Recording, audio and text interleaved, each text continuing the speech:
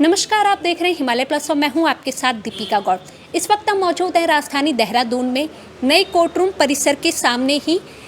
नेहरू जी इस जेल में रहा करते थे और 4 बार वो यहाँ बंदी के रूप में यहाँ पे रहे थे। 1932, 1933, 1934 और 1941 में वो यहाँ पे रहते थे बंदी बन के। जैसे कि आप देख सकते हैं कि स्वतंत्रता संग्राम की जब उन्होंने लड़ाई लड़ी थी अंग्रेज़ों के खिलाफ, और साथ ही वो भारत के प्रथम प्रधानमंत्री के रूप में भी रह चुके हैं। तो उनके जन्म दिवस को 14 नवंबर को बाल दिवस के रूप में मनाया जाता है, जहां देश भर में तरह तरह के आयोजन किए जाते हैं। तो आप मेरे पीछे देख सकते हैं कि महात्मा गांधी के साथ जो उनकी फ़ोटो थी, तो उस फोटो को आप देख सकते हैं कि किस तरह से यहाँ पे एक बड़े रूप में यहाँ पे दर्शाया गया है। महात्मा गांधी जी के संग वो यहाँ पे मौजूद हैं। और साथ ही आपको बता दूँ कि पंडित जवाहरलाल नेहरू ने जेल से अपनी बेटी श्रीमती इंदिरा गांधी और महात्मा गांधी को पत्र लिखा करते थे, और पत्र में महात्मा गांधी को पहली बार बापू कह के संबोधित भी जवाहरलाल नेहरू ने इसी जेल से किया था। तो अभी आपको हम अंदर से भी दिखाएंगे कि ये जेल किस तरह से थी और किस तरह से वो कहाँ खाना पकाते थे, कहाँ वो सोते थे और कहाँ वो किस तरीके से जीवन व्यतीत करते थे। तो बने रहिए हमारे साथ इस खास रिपोर्ट में।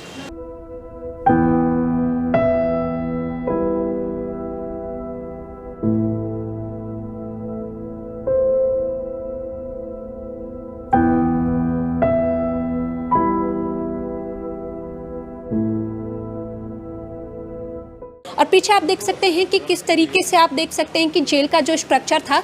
खैर, उत्तराखंड संस्कृति विभाग के संरक्षण में ये जेल आती है, तो उसके निगरानी में इसका विकास वगैरह किया गया। तो आप साफ तौर पर देख सकते हैं कि यहाँ पे लिखा हुआ भी है कि ये पुराना कारागार है, जिसमें श्री जवाहरलाल नेहरू ने भारत की स्वतंत्रता की लड़ाई में सन 1932, 33, 34 और 1941 में बंदी जीवन व्यतीत यहाँ पे किया था।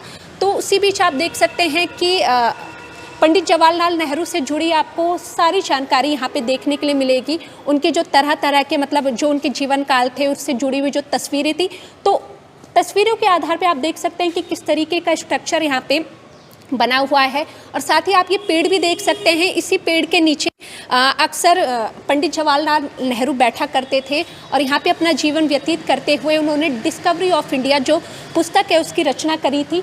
ठीक पीछे आप देख सकते हैं कि यहाँ पे उनका स्टोर रूम भी मौजूद है और साथ ही यहाँ पे उनका किचन भी मौजूद है, जहाँ पे वो अपने लिए खाना वगैरह बनाया करते थे।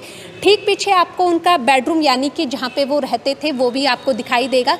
खैर, यहाँ उनसे जुड़ी हुई जो सामान वगैरह था वो तो यहाँ पे मौजूद नहीं है। 2007 में ही यहाँ से जो जेल थी वो सिद्धूवाला में शिफ्ट कर दिया गया था। लेकिन 4 बार, जैसे कि मैंने आपको बताया कि 4 बार वो यहाँ पे इस जेल में थे बंदी के रूप में। तो आप देख सकते हैं कि उस तरीके से यहाँ पे जो उनके जीवन काल से जुड़ी हुई जो भी उनकी रचनाएं थी या उनकी जो फोटोज़ वगैरह थी, तो उन्हें किस तरह से स्ट्रक्चर किया गया है।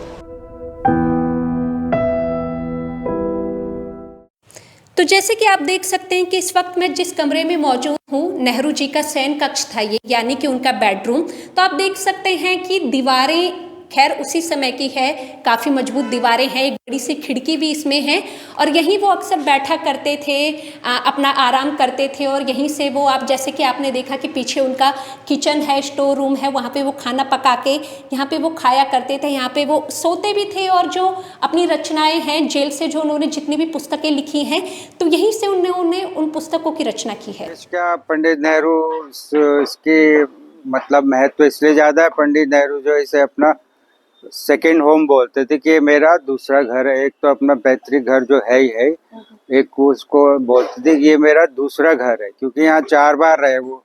32 आए, 32 से फिर 33 1 साल रहे, फिर 34 में आए, 35 में आए, फिर 41 में फिर अंग्रेजों ने यहाँ रखा। और दूसरा वो है कि वो उन्होंने ज़्यादातर अध्ययन इतिहास का और पॉलिटिकल साइंस का यहीं पे बैठ के किया। और वो और कैदियों से भी जो है ना वो डिस्कस करते थे भारतीय इतिहास पे और राजनीति शास्त्र पे। तो इसलिए वो सेकंड होम मानते थे। यहाँ उनका एक स्टडी रूम भी था, बेडरूम तो था ही, बेडरूम बाथरूम, लेकिन एक स्पेशल स्टडी रूम भी था जहाँ वो बैठ के इतिहास और राजनीति पे पढ़ाते थे और चर्चा करते थे, लिखते थे। महात्मा गांधी जी को भी यहाँ से वो पत्र भेजते थे जिसमें उन्हें बापू के नाम से सबसे पहले इन्होंने उन्हें संबोधित किया था, पंडित नेहरू जी ने। जी जी जी। और डिस्कवरी ऑफ इंडिया का थोड़ा जिक्र करके कुछ। हाँ, वो डिस्कवरी ऑफ इंडिया ये इसलिए भी महत्वपूर्ण है, वो किताब उन्होंने यहीं बैठ के लिखी थी, डिस्कवरी ऑफ इंडिया। तो इसलिए इसका महत्व, इस जेल का महत्व इसलिए ज्यादा, क्योंकि उन्होंने खुद अपने मुंह से बोला था कि ये मेरा दूसरा घर है। ठीक है। और उन्हें प्रेम भी था यहाँ से। उन्होंने एक बिल्ली भी, हाँ, एक बिल्ली भी पाली हुई थी जेल में। वो बिल्ली से बहुत प्यार करते थे। और उन्हें देहरादून की बरसात बहुत अच्छी लगती थी। मसूरी भी रहे वो कुछ, सावन माल रोड पे घूमना अच्छा लगता था। वो तो खैर है ही, लेकिन यहाँ तो उन्हें घूमने की इजाजत नहीं थी ना, यहाँ से बाहर जाने की इजाजत नहीं थी उन्हें। इस वजह से वो नाराज भी थे अंग्रेजों से कि थोड़ा बहुत भी बाहर नहीं निकलने देते। बस यही एक ड्रॉबैक था कि उन्हें बाहर निकलने की इजाजत नहीं थी। लेकिन लोग तो उनसे मिलते रहते थे, उनके प्रशंसक और जो आंदोलन से जुड़े लोग थे। इंदिरा गांधी तक यहाँ मिलने सब आते थे, परिवार वाले भी और पार्टी वाले भी। ठीक है। और सर अगर उत्तराखंड की बात कहें तो स्वतंत्रता आंदोलन में एक अलग ही इतिहास रहा है अपना भी। जी जी जी। थोड़ा सा उसके बारे में क्यों। उसमें क्या, मेन उत्तराखंड आंदोलन में श्रीदेव सुमन जी की मुख्य भूमिका रही है। वो शहीद भी हुए थे। उन्होंने मतलब एक तरह से लीड रोल उन्होंने किया था, श्रीदेव सुमन ने, उत्तराखंड में।